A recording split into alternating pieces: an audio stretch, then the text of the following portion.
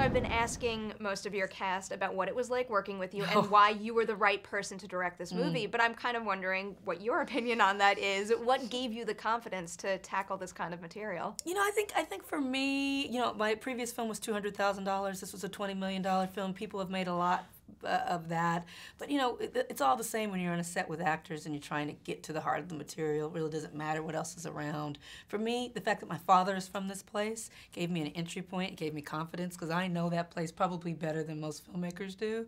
And so, yeah, I felt like I was ready to do it. And how was it taking over the project from Lee Daniels? Was there any readjusting necessary to make it your movie? Yeah, we basically started over. You know, whenever a film is handed from one director to another, it usually starts with that new director's perspective. So, yeah, we started from scratch. We got in there, and, you know, I made the film from my point of view. And yeah. Why do you think it took so long for us to get a movie with Martin Luther King as the protagonist? That kind of blows my mind. I couldn't believe that detail when I read it. A jaw-dropper, that there have been, you know, it's 50 years since these events happened. There's never been a major motion picture, a studio release motion picture in theaters with Dr. King at the center. You have films, biopics about Jimmy Hoffa. They're making one about the lady who made Tupperware.